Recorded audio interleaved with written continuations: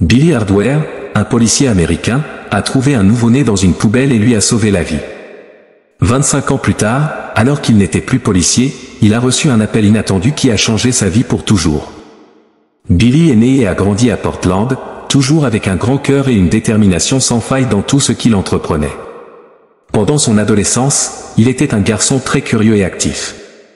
Bien qu'il vivait dans une grande ville comme Portland, il aimait faire des randonnées dans les parcs et les forêts de la région. Il avait un grand courage pour s'aventurer dans la nature et découvrir des rivières et des cascades, mais Billy avait une peur bleue de croiser un ours sur son chemin. Après avoir terminé le lycée, ses parents lui ont dit qu'il devait choisir une carrière. Il n'a pas hésité, il voulait devenir policier. Billy n'a jamais été du genre à aimer les armes ou à rêver de participer à une fusillade contre des criminels. Ce qui l'intéressait, c'était de protéger la communauté et les personnes autour de lui, il voulait faire la différence sans blesser qui que ce soit. Cependant, il savait qu'en tant que policier, il devrait aussi affronter directement des personnes mal intentionnées. Malgré cela, il n'a jamais abandonné ses idéaux. Il a appris à tirer et à identifier différents types de drogues, a beaucoup lu sur la législation et a toujours essayé d'aborder les gens de la manière la plus correcte possible. Le jeune policier a suivi l'entraînement rigoureux de l'académie, en respectant toutes les consignes. Ce qu'il ne savait pas, c'est que la vie allait bientôt mettre sa vocation à aider les gens à l'épreuve de manière très sérieuse et extrême. Les années ont passé, et Billy Hardware a continué de patrouiller dans les rues de Portland. Il effectuait des rondes de routine, participait à des enquêtes liées à la vente de stupéfiants et, de temps en temps, poursuivait des criminels dans les quartiers. Mais le jour qui a tout changé pour Billy a commencé comme n'importe quel autre.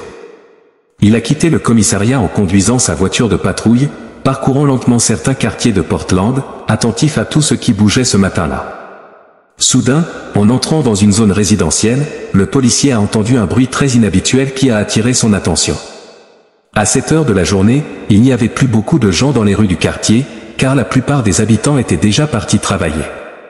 En état d'alerte, il a décidé de suivre le son, qui devenait de plus en plus fort et net à mesure qu'il s'en approchait. Billy a décidé de sortir de la voiture pour chercher la source de ce bruit avec plus de calme et de précision. Il n'était pas sûr de ce qui se passait, mais cela lui semblait mériter d'être investigué. Le son l'a conduit à un coin bien connu et dangereux, à cause du trafic de drogue et des crimes causés par les rivalités entre gangs. C'était justement ce passé lourd de la région qui inquiétait le policier. En marchant dans le quartier, il gardait sa main près de son étui, priant pour ne pas avoir à dégainer son arme. Billy était tendu et pensait que n'importe quoi pouvait arriver à tout moment. En tournant à l'angle, il a aperçu un groupe de personnes qui semblaient très angoissées.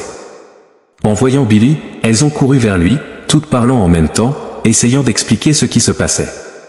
L'une des femmes du groupe, déjà les larmes aux yeux, a pointé du doigt une poubelle à quelques mètres de là. Billy s'est dirigé vers la poubelle, pensant qu'il pouvait s'agir d'une cargaison de drogue. Mais en s'approchant, le bruit qu'il avait entendu plus tôt a recommencé. Au début, il a pensé que c'était un chat, mais maintenant qu'il était si proche de la source du bruit, il était certain que la situation était plus grave qu'il ne l'avait imaginé. C'étaient les pleurs d'un bébé, déposés dans la poubelle, à côté de plusieurs sacs poubelles et de mouches. Billy était choqué. C'était la première fois qu'il se retrouvait face à un enfant dans un tel état, et il se demandait pourquoi ces personnes n'avaient pas sorti le bébé de là. L'enfant était extrêmement faible, mais avait encore la force de pleurer, ce qui était un signe très important. Le policier savait qu'il avait encore une chance de sauver le garçon. Il n'en croyait pas ses yeux et ne pensait qu'à la cruauté de quelqu'un capable d'abandonner une petite créature comme celle-ci dans une situation aussi inhumaine. Au cours de sa carrière, Billy avait déjà entendu parler d'histoires de personnes abandonnant des bébés dans des casernes de pompiers, les remettant à l'adoption ou les plaçant dans des orphelinats, mais dans une poubelle, c'était la première fois. Alors, le policier a pris une profonde inspiration, a organisé ses pensées et a commencé à agir. Pendant que le bébé pleurait, Billy a retiré les ordures qui couvraient son petit corps et, avec beaucoup de précaution, il a sorti le bébé de la poubelle, le prenant dans ses bras. Bien qu'il montrait encore des signes vitaux clairs, Billy a remarqué quelque chose d'étrange, le garçon semblait respirer plus lentement que la normale. Il a pensé que cela pouvait être normal, compte tenu de la situation, après tout, le petit garçon était resté on ne sait combien de temps étouffé sous les ordures. Sans perdre de temps, Billy a appelé les urgences et n'a pas quitté le bébé des yeux un seul instant, le maintenant au chaud et fermement dans ses bras. En quelques minutes, l'ambulance est arrivée. Même avec des infirmiers et des ambulanciers dans l'équipe de secours, Billy a ressenti qu'il ne pouvait pas laisser cet enfant sans défense seul à nouveau. Il a regardé le garçon dans ses bras, qui était maintenant plus calme, et a suivi ce que son cœur lui dictait. Il est monté dans l'ambulance avec l'équipe de secours et est allé avec eux jusqu'à l'hôpital, sans quitter l'enfant des yeux un seul instant. En chemin, Billy s'est rendu compte qu'il ne pouvait plus penser à ce bébé sans lui donner un nom. Il méritait d'être identifié comme un individu, alors Billy a commencé à l'appeler Gabriel, comme un ange. Bien qu'il ne soit pas particulièrement religieux, il trouvait que ce nom correspondait parfaitement à la pureté et à la douceur du petit. À l'hôpital, le médecin a effectué plusieurs examens pour s'assurer que l'enfant allait bien. Ce que Billy redoutait le plus, c'était que Gabriel ait contracté une maladie en passant autant de temps dans les ordures. Heureusement, malgré tout, aucun signe de maladie ou de symptômes graves n'a été détecté. Le médecin a simplement signalé une rougeur sur le dos du garçon, qui pourrait être une réaction allergique. Ce fut très difficile pour Billy de laisser Gabriel seul à l'hôpital alors qu'il rentrait chez lui et auprès de sa famille. Cependant, tant que le garçon restait sous surveillance médicale, Billy tenait à appeler tous les jours pour savoir comment il allait. Peu à peu, Gabriel a repris des forces et a retrouvé sa santé. Les assistantes sociales de la ville se sont occupées du cas du garçon et, en peu de temps, il a été adopté par un jeune couple, Mary et James Wood. Ils vivaient à Eugene, au sud de Portland, et ont été charmés par le garçon dès qu'ils l'ont rencontré. Bien sûr, ils ont également été touchés par l'histoire de son abandon. Pendant le processus d'adoption, le couple a appris que Billy Hardware était le policier qu'il avait trouvé et qu'il avait commencé à appeler le garçon Gabriel. Mary et James ont aimé ce prénom et ont décidé de le garder, ce qui a rendu Billy très heureux. Même s'il était soulagé que le petit ait trouvé un foyer si rapidement, Billy ressentait une certaine tristesse de ne plus pouvoir le voir tous les jours à l'hôpital. Le visiter lui donnait le sentiment d'être lié à Gabriel et aussi d'avoir une certaine responsabilité envers lui. Gabriel a grandi dans un foyer rempli d'amour et de soins. Mary et James, ses parents, ne lui ont jamais caché qu'il avait été adopté. Il n'est pas devenu une personne révoltée à cause de ce rejet, ni traumatisé, mais il se demandait souvent ce qui avait pu se passer pour qu'il soit abandonné dans une poubelle aux abords d'une grande ville. Cette pensée le troublait, et bien qu'il imagine différentes situations, cela ne suffisait jamais à satisfaire sa curiosité. Mary et James savaient que ce doute ne pourrait peut-être jamais être résolu, mais ils voulaient réconforter le cœur et l'esprit de leur fils d'une manière ou d'une autre. Un jour, ils ont contacté la police de Portland et ont demandé à parler à Billy. Ils ont alors appris que le policier n'était plus dans la force et qu'il était devenu garde dans les parcs d'État de l'Oregon. Billy avait demandé sa mutation quelque temps après l'incident avec Gabriel, car, d'une certaine manière, cette rencontre avec ce bébé avait réveillé en lui l'envie de travailler dans un type de police plus en phase avec son mode de vie. Le couple se souvenait de toute la préoccupation de Billy et de la façon dont il avait rempli son devoir pour garantir la protection et la guérison de Gabriel. Avec insistance, ils ont réussi à obtenir un contact via le capitaine Phillips, qui était maintenant à la retraite mais savait où se trouvait son ancien collègue. Je pense que Billy était plus un assistant social qu'un policier, mais maintenant, au moins, il est parmi les animaux de la forêt. Il doit être plus heureux en aidant les touristes et les aventuriers, loin du monde sale des crimes, a dit Phillips à Mary et James avant de leur donner les coordonnées de la nouvelle division de Billy.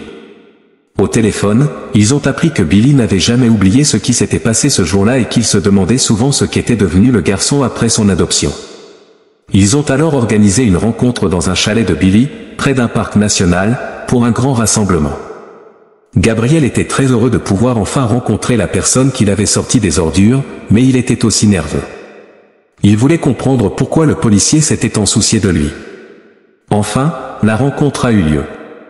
Billy était très ému de voir Gabriel, devenu un adulte en bonne santé, si différent de l'enfant qu'il avait sauvé. Il a expliqué au jeune homme qu'il n'avait jamais vu d'enfant et que le plus près qu'il s'était senti d'être un père, c'était quand il avait pris Gabriel dans ses bras pour la première fois. Je sais que ça peut sembler ridicule, mais à ce moment-là, quelque chose a changé en moi. J'ai ressenti un peu de ce que doit ressentir un père en voyant son enfant en danger, a-t-il dit. Gabriel a alors étreint Billy et lui a dit qu'il devait le remercier en personne. Le jeune homme a profité de l'occasion pour dire qu'il avait envie de rencontrer sa mère biologique pour pouvoir aussi lui pardonner en personne. Il voulait savoir si Billy Hardware savait quelque chose sur son passé qui pourrait l'aider à localiser cette femme. À ce moment-là, le sourire de Billy a disparu. Il a expliqué qu'il avait tenté d'enquêter pour découvrir qui pouvait être la mère de Gabriel. Ils ont cherché dans les maternités de Portland les noms de toutes les femmes ayant accouché dans les 2 ou 3 mois précédant l'abandon de Gabriel, mais leurs efforts ont été stoppés par le capitaine Phillips. Le capitaine m'a dit que si je voulais réparer le monde, je devrais m'attaquer aux vrais criminels. C'est pour cette raison que, dans des cas comme celui-ci, j'ai fini par quitter la police. Maintenant, il s'est écoulé tellement de temps que c'est presque impossible de remonter la trace, a ajouté Billy. Gabriel a été déçu en apprenant cela, réalisant qu'il n'aurait peut-être jamais la possibilité de retrouver sa mère et de comprendre ce qui s'était passé il y a 16 ans. À la fin de la rencontre, avant que Gabriel et ses parents ne repartent, le jeune homme et l'ancien policier ont échangé leurs coordonnées et décidé de se revoir dès que possible. Gabriel, cependant, ne s'attendait pas à la nouvelle incroyable qu'il allait recevoir de Billy peu de temps après. Conscient de l'importance qu'avait pour Gabriel le fait de connaître sa mère, Billy a demandé une semaine de congé pour reprendre l'enquête qui avait été interrompue 16 ans plus tôt. Il savait que ce serait difficile, mais il ne partirait pas de zéro, car de nombreuses informations avaient été conservées dans un ancien dossier. Billy a commencé par téléphoner à toutes les maternités de Portland et a demandé les dossiers de naissance de cette époque. Tous les hôpitaux n'avaient pas des archives bien organisées, alors il devait se débrouiller avec ce qui lui était envoyé, en comptant également sur un peu de chance. Heureusement, les dossiers reçus contenaient des informations détaillées sur chaque patiente, ce qui lui a permis d'éliminer les dossiers des femmes qui avaient accouché accompagnées de leur mari ou compagnon. Billy a passé 2 jours entiers à trier les dossiers et encore un jour à passer des coups de fil. Il était 9 heures du soir, un jeudi, quand il a découvert une femme appelée Lillian Heller, qui avait accouché presque 2 mois avant que Billy ne trouve le bébé dans la poubelle. Parmi tous les dossiers qui avaient survécu au temps, celui-ci semblait être le plus prometteur. Le même soir, Billy a appelé Mary et James Woods et les a informés que cette femme vivait quelque part dans les environs de Cottage Grove, peut-être dans un bois, et qu'il devrait s'y rendre pour lui parler, car il n'y avait aucun numéro de téléphone enregistré à son nom. Mary et James ont été stupéfaits par l'information, car Cottage Grove se trouvait à quelques kilomètres de chez eux. Si cela s'avérait vrai, il était possible que Gabriel ait grandi presque à côté de sa mère biologique sans la connaître et sans avoir la moindre idée qu'elle était plus proche qu'il ne l'aurait imaginé. Le lendemain, Billy a pris son pick-up et est allé chercher Gabriel. Ensemble, ils ont parcouru des routes de terre et traversé des ruisseaux jusqu'à trouver un petit village de cabanes occupé par des ouvriers de l'industrie forestière de la région. Avec quelques questions posées aux habitants, ils ont réussi à identifier la maison de Lillian Heller. En frappant à la porte, une femme de moins de 40 ans leur a ouvert, un cigare à la main. Elle semblait méfiante et a bien observé Gabriel.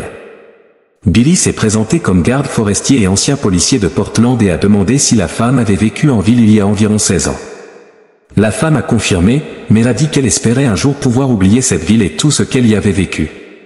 Il lui a demandé si elle pouvait raconter ce qui s'était passé, et la femme a avoué avoir été une personne horrible. Elle a dit que, si elle n'était aujourd'hui qu'une pauvre veuve, c'était parce qu'elle méritait ce sort. Je me suis moi-même maudite, monsieur, j'en suis sûr. Dieu n'a pas attendu ma mort pour me punir. Je me suis mariée avec un homme mauvais, j'ai fait des choses mauvaises, et maintenant je vis dans ce coin perdu, seul.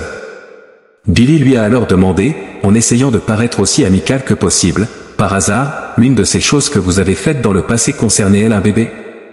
Lillian a écarquillé les yeux, rempli de larmes, s'est agenouillée et a commencé à pleurer, en disant que son heure était venue. « Vous allez m'arrêter, monsieur le policier ? Je lui ai dit qu'on paierait pour ce qu'on a fait. Je l'ai dit. » Billy a tenté de la calmer et lui a demandé ce qu'elle voulait dire par « qu'on paierait ». Qui était ce pont, après tout ? Lillian a expliqué qu'elle s'était mariée à 18 ans avec Jeremy Heller, un jeune homme qui s'était transformé en une personne complètement différente depuis qu'il avait commencé à travailler en coupant du bois dans les forêts pour l'industrie. Quand Jeremy a découvert que Lillian était enceinte, non seulement il a montré son mécontentement, mais il a aussi soupçonné que l'enfant n'était pas de lui. Pendant toute la grossesse, Lillian a subi diverses menaces quotidiennes. Jeremy disait qu'il partirait ou qu'il ne la laisserait pas sortir de la maison. Récemment, il avait commencé à insister pour qu'elle avorte, car il ne voulait pas courir le risque d'élever l'enfant d'un autre homme. Lillian avait peur des menaces, mais elle croyait que, lorsque l'enfant naîtrait, Jeremy verrait combien le garçon lui ressemblait et que ses attitudes changeraient. Peut-être redeviendrait-il un couple amoureux, comme avant le mariage. Mais cela ne s'est pas produit. Le garçon est né, et Jeremy a même interdit à Lillian d'enregistrer l'enfant avec son nom de famille. Lillian a raconté que Jeremy était devenu totalement paranoïaque et qu'il avait décidé de se débarrasser du bébé une nuit, pendant qu'elle et le bébé dormaient. Quand l'homme est revenu à la maison sans l'enfant, Lilian est devenue folle de désespoir et a couru pour appeler la police, mais Jérémy l'a menacé avec un couteau et lui a dit qu'il était trop tard pour se préoccuper de ce bébé, car il avait fait ce qu'elle n'avait pas eu le courage de faire quand il avait exigé l'avortement. Et qu'à présent, il devait quitter la ville le plus rapidement possible. 1 an plus tard, Jérémy est mort dans un accident de travail à la Syrie, ce qui a soulagé Lilian d'une vie sous des menaces constantes. Le fait est qu'elle ne s'est jamais pardonné de ne pas avoir réussi à protéger son fils, a développé une dépression profonde et pense encore aujourd'hui à ce que serait devenu son fils s'il avait survécu.